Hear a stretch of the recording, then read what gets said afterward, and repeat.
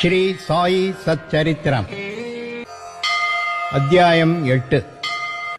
மானுட உடம்பின் தனிச்சிறப்பு. உடம்பை புறக்கணிக்கவோ விரும்பி செல்லமாக பராமரிக்கவோ கூடாது. ஆனால் முறையாக பராமரிக்கப்பட வேண்டும்.